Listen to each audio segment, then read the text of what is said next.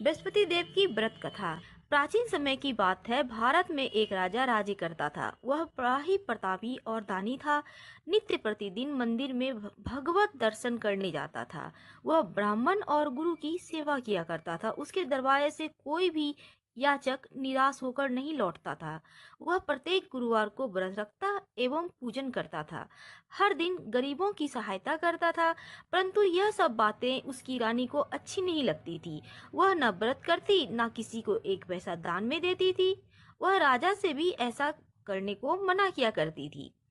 एक समय की बात है कि राजा शिकार खेलने वन को चले गए थे। घर पर रानी और दासी थी। उस समय गुरु बृहस्पति देव साधु का रूप धारण करके राजा के दरवाजे पे आए और भिक्षा मांगने लगे।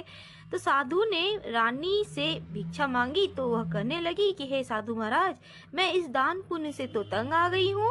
इस कार्य के लिए तो मेरे पति देव ही बहुत हैं। अब आप ऐसी कृपा करें कि सारा धन नष्ट हो जाए ताकि मैं आराम से रह सकूं। साधु रूपी बृहस्पति देव ने कहा, हे देवी, तुम तो बड़ी विचित्र हो। संतान और धन से कोई भी दुखी नहीं होता। इसको सभी चाहते हैं।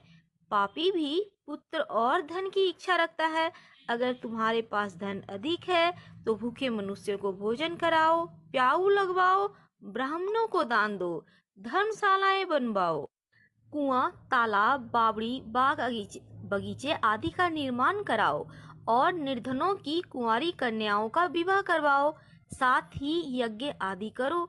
इस प्रकार के कर्मों से आपका कुल का और आपका नाम परलोक में सार्थक होगा एवं स्वर्ग की प्राप्ति होगी। परंतु रानी साधु की इन बातों से खुश न हुई। उसने कहा, हे साधु महाराज, मुझे ऐसे धन की आवश्यकता नहीं जिसको मैं अन्य लोगों को दान दूं और जिसको रखने और संभालने में ही सारा समय मेरा नष्ट हो जाए। साधु ने कहा, हे देवी, यदि तुम्हारी ऐसी इच्छा है तो मैं जैसा बतलाता हूँ तुम वैसा ही करना। बृहस्पतिवार के दिन अपने घर को गोबर से लीपना, अभी के युग में पोछा लगाना जिसे कहते हैं, अपने केसों को पीली मिट्टी से धोना, केसों को धोते समय स्नान करना, राजा से कहना वह हजामत करवाए, भोजन में मांस मदिरा खाना, कपड़ा धोबी की यहाँ धुलने डालना। इस प्रकार 7 बृहस्पतिवार करने से तुम्हारा धन नष्ट हो जाएगा। यह कहकर साधु महाराज रूपी बृहस्पति देव अंतर ध्यान हो गए। रानी ने साधु के कहने के अनुसार 7 बृहस्पतिवार तक वैसा ही किया। साधु के बताए अनुसार कार्य करते हुए अभी तो केवल 3 बृहस्पतिवार ही बीते थे कि उनकी समस्त धन संपत्ति नष्ट हो गई। भोजन के लिए दोनों समय परिवार तरसने लगा तथा संसारिक भोगों से दुखी रहने लगा। तब वह राजा रानी से कहने लगा कि हे रानी, तुम यहाँ पर रहो, मैं दूसरे देश को जाता हूँ, क्योंकि यहाँ पर मुझे सभी मनुष्य जानते हैं, इसलिए मैं यहाँ कोई कार्य नहीं कर सकता। अब मैं परदेश जा रहा हूँ, वहाँ कोई काम धंधा करूंगा, शायद हमारे भाग्य बदल जाए। ऐसा कहकर राजा परदेश चला गया और वहाँ जंगल में लकड़ी काटता और शहर में बेचता। इस तरह से जीवन व्यतीत करने लगा। इधर राजा के बिना रानी और दासियां दुखी रहने लगी। किसी दिन भोजन मिलता, किसी दिन जल पीकर रह जाती। एक समय रानी और दासियों को 7 दिन बिना भोजन के किए हुए व्यतीत करना पड़ा। तो रानी ने अपनी दासी से कहा, हे दासी, यहाँ पास ही के नगर में मेरी बहन रहती है। वह बड़ी धनवान है। तू उसके पास जा और वहां से 5 सेर बेझर मांग कर ले आ, जिससे कुछ समय के लिए गुजर हो जाएगा। दासी रानी की बहन के पास गई। रानी की बहन उस समय पूजन कर रही थी। बृहस्पतिवार का दिन था। दासी ने रानी की बहन से कहा, हे रानी, मुझे आपकी बहन ने भेजा है, मुझे 5 सेर भेजर दे दो। दासी के अनेक बार कहने के बाद भी रानी की बहन ने कोई उत्तर नहीं दिया, क्योंकि वह उस समय बृहस्पतिवार की कथा सुन रही थी। जब दासी को रानी की बहन से कोई उत्तर नहीं मिला तो वह बहुत दुखी हुई। उसे क्रोध भी आया। वह लौटकर रानी से बोली, हे रानी, आपकी बहन को बहुत धनी स्त्री है, वह छोटे लोगों से बात नहीं करती। मैंने उससे कहा तो उसने कोई उत्तर ही नहीं दिया, मैं वापस चली आई। रानी बोली, हे दासी, इसमें उसका कोई दोष नहीं है। जब बुरे दिन आते हैं ना तो कोई सहारा नहीं देता। अच्छे बुरे का पता आपत्ति विपत्ति में ही लगता है। जो ईश्वर की इच्छा होगी वही होगा। यह सब हमारे भाग्य का दोष है। उधर रानी की बहन ने सोचा कि मेरी बहन की दासी आई हुई थी, परंतु मैं उससे ना बोली, इससे वो बहुत दुखी होगी। अतः कथा सुन भगवान विष्णु का पूजन समाप्त कर वह अपने बहन के घर आ गई और कहने लगी, हे बहन, मैं बृहस्पति देव की व्रत कर रही थी, कथा सुन रही थी। तुम्हारी दासी हमारे घर गई हुई थी, परंतु जब तक कथा होती है तब तक हम लोग न उठते हैं न बोलते हैं, इसलिए मैं नहीं बोली। कहो, तुम्हारी दासी क्यों गई थी? रानी बोली, बहन, हमारे घर में अनाज नहीं था। वैसे तुमसे कोई बात तो छिपी हुई नहीं है। इस कारण मैंने दासी को तुम्हारे पास 5 सेर बेझर लाने के लिए भेजा था। रानी की बहन बोली, बहन देखो, बृहस्पति देव सभी की मनोकामनाएं पूर्ण करते हैं।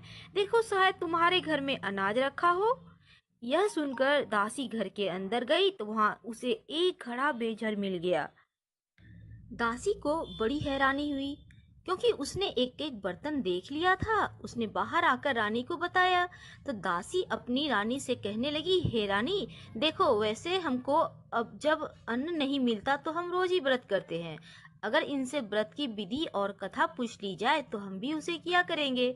दासी के कहने पर रानी ने अपनी बहन से बृहस्पतिवार व्रत के बारे में पूछा। उसकी बहन ने बताया, हे रानी बहन, बृहस्पतिवार को सूर्योदय से पहले उठ जाएं, स्नान करके बृहस्पतिवार का व्रत करना चाहिए, लेकिन उस दिन सिर नहीं धोना चाहिए। बृहस्पतिवार के व्रत में चने की दाल, मुनक्का से विष्णु भगवान का केले के वृक्ष की जड़ में पूजन करें और दीपक जलावें। उस दिन एक ही समय में भोजन करें। भोजन पीले कलर का होना चाहिए। खाद्य पदार्थ और कथा सुने। इस प्रकार करने से गुरु भगवान प्रसन्न होते हैं, अन्न पुत्र धन देते हैं, मनोकामना पूर्ण करते हैं। व्रत और पूजन की विधि बताकर रानी की बहन अपने घर लौट आई। रानी और दासी दोनों ने निश्चय किया कि बृहस्पति देव भगवान की पूजन जरूर करेंगे। 7 दिन बाद जब बृहस्पतिवार का दिन आया तो उन्होंने व्रत रखा। घुड़साल में जाकर चना और गुड़ मिल लाई, उनकी दाल से केले की जड़ और विष्णु भगवान का पूजन किया। अब पीला भोजन कहाँ से आवे? दोनों बड़ी दुखी हुई, परंतु उन्होंने व्रत किया था, इस कारण बृहस्पति देव प्रसन्न थे। एक साधारण व्यक्ति के रूप में वे 2 थालों में सुंदर पीला भोजन लेकर आए और दासी को देकर बोले, हे दासी, यह भोजन तुम्हारे और रानी के लिए है, तुम दोनों करना। दासी भोजन पाकर बहुत प्रसन्न हुई और रानी से बोली, रानी जी, भोजन कर लो। रानी को इस भोजन के बारे में कुछ भी पता नहीं था, इसलिए वह दासी से बोली, जा तू ही भोजन कर, क्योंकि तू व्यर्थ में हमारी हंसी उड़ाती है। दासी बोली, एक व्यक्ति भोजन दे गया है। रानी कहने लगी, वह भोजन तेरे लिए दे गया है, तू ही भोजन कर। दासी ने कहा, वह व्यक्ति हम दोनों के लिए 2 थालों में भोजन दे गया, इसलिए हम और आप दोनों साथ साथ भोजन करेंगी। दोनों ने भगवान गुरु को नमस्कार कर भोजन आरंभ किया। इसके बाद वे दोनों प्रत्येक बृहस्पतिवार को गुरु भगवान का व्रत और पूजन करने लगी। बृहस्पति भगवान की कृपा से उनके पास धन हो गया, परंतु रानी फिर पहले की तरह आलस्य करने लगी। तब दासी बोली, देखो रानी, तुम पहले भी इस प्रकार आलस्य करती थी, तुम्हें धन रखने में कष्ट होता था, इस कारण सभी धन नष्ट हो गया। अब गुरु भगवान की कृपा से धन मिला है तो तुम्हें आलस्य हो रहा है। बड़ी मुसीबत के बाद हमने यह धन पाया है, इसलिए दान पुण्य करना चाहिए। तुम भूखे मनुष्य को भोजन कराओ, प्याऊ लगवाओ, ब्राह्मणों को दान दो, कुआं, तालाब, बावड़ी आदि का निर्माण करवाओ, मंदिर पाठशाला बनाकर दान दो, कुंवारी कन्याओं का विवाह करवाओ, धन को शुभ कार्यों में खर्च करो, जिससे तुम्हारा कुल का यश बढ़े और स्वर्ग प्राप्त हो, पितरदेव प्रसन्न हो। दासी की बात मानकर रानी ने इसी प्रकार के कर्म करने आरंभ किए, जिससे उनका काफी यश फैलने लगा। एक दिन रानी और दासी आपस में विचार कर रही थी कि न जाने राजा किस दिशा में होंगे।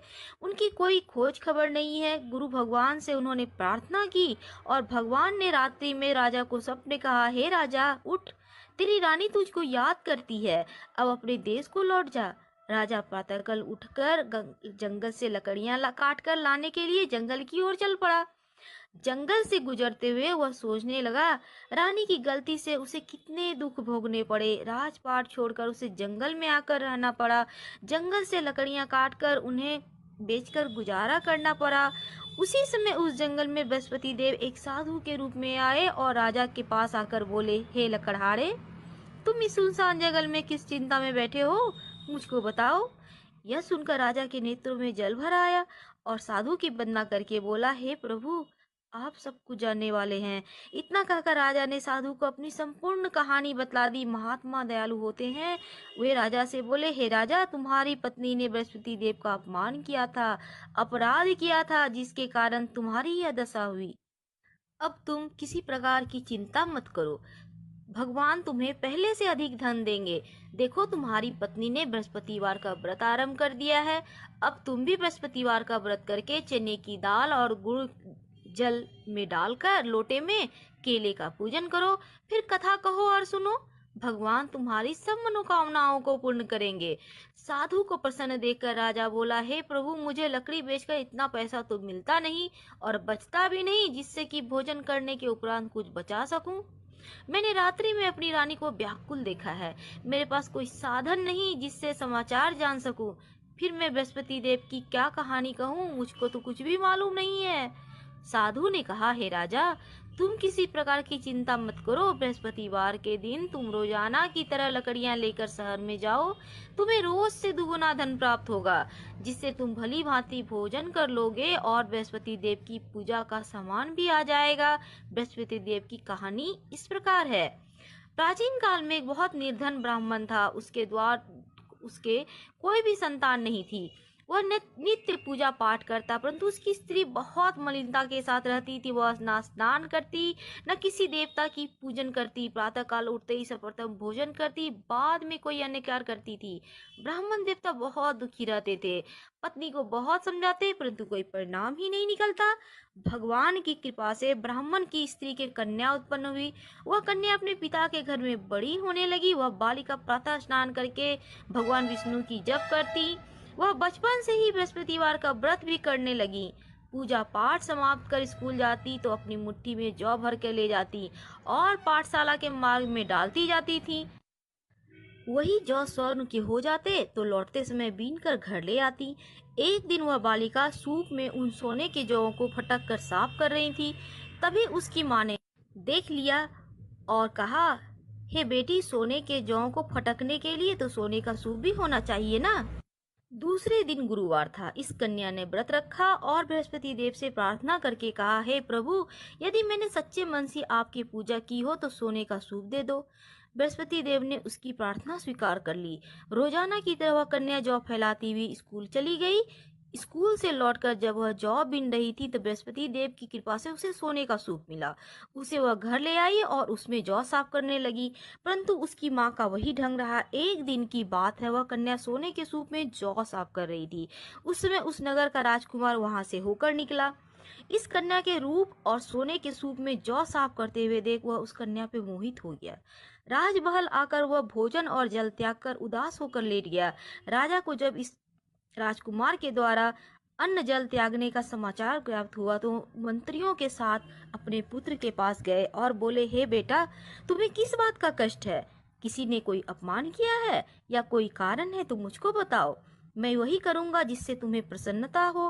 राजकुमार ने अपने पिता की बातें सुनी और वह बोला, मुझे आपकी कृपा से किसी बात का दुख नहीं है। किसी ने मेरा अपमान नहीं किया है, परंतु मैं उस लड़की के साथ विवाह करना चाहता हूँ जो सोने के सूप में जौ साफ कर रही थी। यह सुनकर राजा आश्चर्य में पड़ गया और बोला, हे बेटा, इस तरह की कन्या का पता तुम ही लगाओ, मैं उसके साथ तुम्हारा विवाह अवश्य ही करवा दूंगा। राजकुमार ने राजा को उस लड़की के घर का पता बताया। मंत्री उस लड़की के घर गए और राजा को आदेश दिया। राजा का आदेश ब्राह्मण को सुनाया। कुछ ही दिन बाद ब्राह्मण की कन्या का विवाह राजकुमार के साथ संपन्न हो गया। कन्या के घर से जाते ही उस ब्राह्मण देवता के घर में पहले की भांति गरीबी का निवास हो गया। अब भोजन के लिए भी दोनों समय का अन्न बहुत मुश्किल से मिलता था। एक दिन दुखी होकर ब्राह्मण देवता अपनी पुत्री से मिलने आए। बेटी ने बहुत सी पिता की अवस्था को देखकर धन वगैरह देके पिता को विदा कर दिया। इस तरह ब्राह्मण का कुछ समय तो सुखपूर्वक व्यतीत हो गया, लेकिन कुछ दिनों के बाद फिर वही हाल।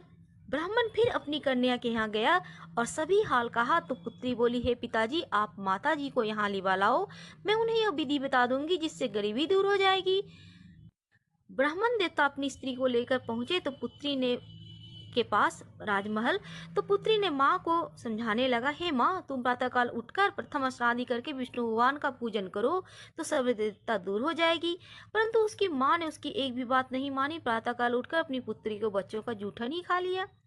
एक दिन उसकी पुत्री को बहुत गुस्सा आया। उसने एक रात कोठी से सभी सामान निकाल दिया और अपनी माँ को उसमें बंद कर दिया। प्रातःकाल उसमें से माँ को निकाला, स्नान करा के पूजा पाठ करवाया तो उसकी माँ की बुद्धि ठीक हो गई। उसके बाद वह नियम से पूजा पाठ करती, प्रत्येक बृहस्पतिवार का व्रत रखने लगी।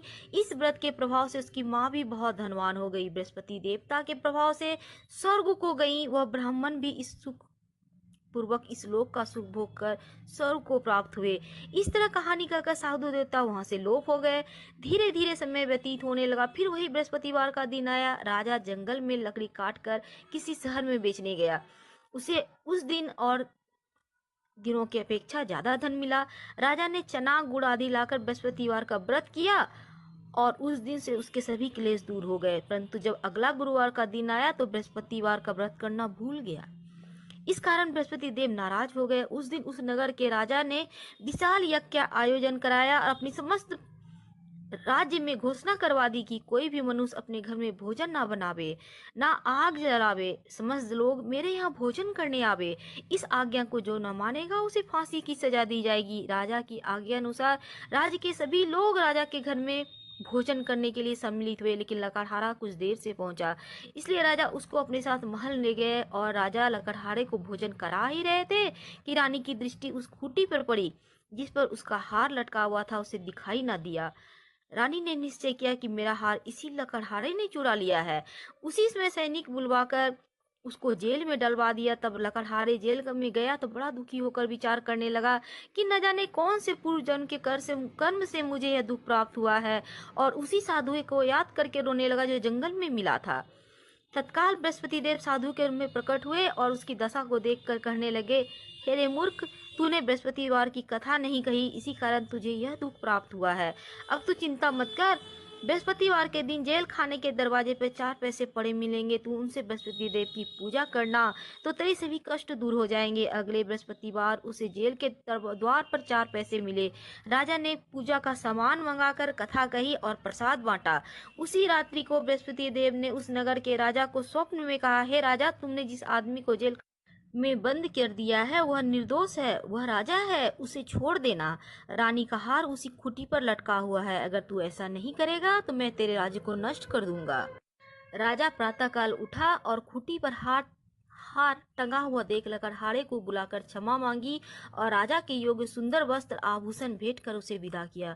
गुरुदेव की आज्ञा अनुसार राजा अपने नगर को चल दिया। जब राजा नगर के निकट पहुंचा तो उसे बड़ा ही आश्चर्य हुआ।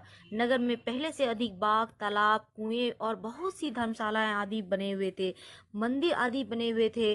तो राजा को आश्चर्य हुआ। राजा ने पूछा, यह किसका बाग और धर्मशाला है? तब नगर के सब लोग कहने लगे, यह सब रानी और दासी के द्वारा बनवाए गए हैं। राजा को आश्चर्य हुआ और गुस्सा भी आया। जब रानी ने खबर सुनी कि राजा आ रहे हैं तो उसने अपनी दासी से कहा, हे दासी, देख, राजा हमको कितनी बुरी हालत में छोड़ गए थे, वह हमारी हालत को देखकर लौट न जाएं, इसलिए तू दरवाजे पर खड़ी हो जा। रानी की आज्ञा अनुसार दासी दरवाजे पर खड़ी हो गई। जब राजा आए तो उन्हें अपने साथ महल में लिवा लाई। तब राजा ने क्रोध करके अपनी तलवार निकाली और पूछने लगा, बताओ, यह धन तुम्हें कैसे प्राप्त हुआ? तब रानी ने बताया, हमें यह सब धन बृहस्पति देव की व्रत के प्रभाव से प्राप्त हुआ है। राजा ने तब निश्चय किया कि 7 रोज बाद तो सभी बृहस्पति देव की पूजन करते हैं, परंतु मैं रोजाना ही दिन में 3 बार कथा करूंगा और रोज ही व्रत किया करूंगा। अब हर समय राजा के दुपट्टे में चने की दाल बंधी रहती, वह दिन में 3 बार कथा कहता। एक रोज राजा ने विचार किया कि चलो अपनी बहन के यहाँ हो आवे। इस तरह निश्चय कर राजा घोड़े पर सवार होकर अपनी बहन के यहाँ चल दिया। मार्ग में उसने देखा कुछ आदमी मुर्दे को लिए जा रहे हैं। उन्हें रोककर राजा कहने लगा, अरे भाइयों, मेरी बृहस्पतिवार की कथा सुन ले। वे बोलो, लो, हमारा आदमी मर गया है, इसको अपनी कथा की पड़ी है। परंतु कुछ आदमी बोले, अच्छा कहो, हम तुम्हारी कथा भी सुनेंगे। राजा ने दाल निकाली और कथा करनी शुरू कर दी। जब कथा आधी हुई तो मुर्दा हिलने लगा और कथा समाप्त हुई तो राम राम कहते हुए मुर्दा खड़ा हो गया। राजा आगे बढ़ा, उसने चलते चलते शाम हो गई। आगे मार्ग में एक किसान खेत में हल चलाता मिला। राजा उससे बोला, अरे भैया, तुम मेरी बृहस्पति देव की कथा सुन ले। किसान बोला, जब तक मैं तेरी कथा सुनूंगा 4 अढ़ैया खेत जोत लूंगा, जा कथा अपनी किसी और को सुनाना। राजा आगे चलने लगा। राजा के हटते ही बैल पछाड़ करके गिर गए। किसान के पेट में बहुत जोर दर्द होने लगा। उसी समय किसान की माँ रोटी लेकर आई। उसने जब यह देखा तो अपने पुत्र से सब हाल पूछा। बेटे ने सभी हाल कह दिया। तो बुढ़िया दौड़ी दौड़ी घुड़सवार के पास गई और उससे बोली, मैं तेरी कथा सुनूंगी, तू अपनी कथा मेरे खेत पे चल के कहना। राजा ने लौटकर बुढ़िया के खेत पे जाकर कथा कही, जिसके सुनते ही बैल खड़े हो गए। किसान का पेट का दर्द भी बंद हो गया। राजा अपनी बहन के घर पहुंचा तो बहन ने भाई की खूब मेहमानी की। दूसरे रोज प्रातःकाल राजा जगा तो वह देखा कि सब लोग भोजन कर रहे हैं। राजा ने अपनी बहन से पूछा, ऐसा कोई मनुष्य नहीं है जिसने भोजन न किया हो? वह मेरी बृहस्पति देव की कथा तो सुन ले। यह सुनकर बहन बोली, भैया, यह देश ही ऐसा है, लोग यहाँ पहले भोजन करते हैं, बाद में अन्य कार्य करते हैं। अगर कोई पड़ोस में है तो मैं देख कर आती हूँ। ऐसा कहकर बहन चली गई, परंतु उसे ऐसा कोई भी व्यक्ति नहीं मिला जिसने भोजन न किया हो। अतः वह एक कुम्हार के घर गई जिसका लड़का बीमार था। उसे मालूम हुआ कि उसके यहाँ से 3 रोज से किसी ने भोजन नहीं किया है। रानी ने अपने भाई की कथा सुनने के लिए कुम्हार से कहा तो वह तैयार हो गया। राजा ने जाकर बृहस्पतिवार की कथा कही, जिसका सुनकर उसका लड़का ठीक हो गया। अब तो राजा की प्रशंसा होने लगी। एक दिन राजा ने अपनी बहन से कहा, हे बहन, मैं अपने घर जाऊंगा, तुम भी तैयार हो जाओ। राजा की बहन ने अपनी सास से कहा तो अपने भाई के साथ जाने की आज्ञा मांगी। सास बोली, चली जा, परंतु अपने लड़कों को मत ले जाना, क्योंकि तेरे भाई को कोई संतान नहीं होती है। बहन ने अपने भाई से कहा, हे भैया, मैं तो चलूंगी, कोई बालक नहीं जाएगा। राजा ने कहा, जब बालक ही नहीं जाएगा तो तुम जाकर क्या करोगी? दुखी मन से राजा अपने नगर को लौट आया। राजा ने अपनी रानी से कहा, हम निसंतान हैं, कोई हमारे घर आना पसंद नहीं करता। इतना कहकर बिना कुछ खाए सैया पर लेट गए। रानी बोली, हे प्रभु, बृहस्पति देव ने हमें सब कुछ दिया है, हमें संतान भी अवश्य देंगे। उसी रात बृहस्पति देव ने राजा को स्वप्न में कहा, हे राजा, उठ, सभी सोच त्याग दे, तेरी रानी गर्भवती है। राजा को यह जानकर बहुत खुशी हुई। 9 महीने रानी के गर्भ से एक सुंदर पुत्र पैदा हुआ। जब राजा की बहन ने यह सब शुभ समाचार सुना तो वह बहुत खुश हुई और बधाई लेकर अपने भाई के यहाँ आई। तभी रानी ने कहा, घोड़ा चढ़कर तो नहीं आई, गधी चढ़ी आई। राजा की बहन बोली, भाई, मैं इस प्रकार ना कहती, तुम्हें औलाद कैसे मिलता? बृहस्पति देव ऐसे ही हैं, जिनके मन में जो भी कामनाएं रहती हैं सभी को पूर्ण करते हैं।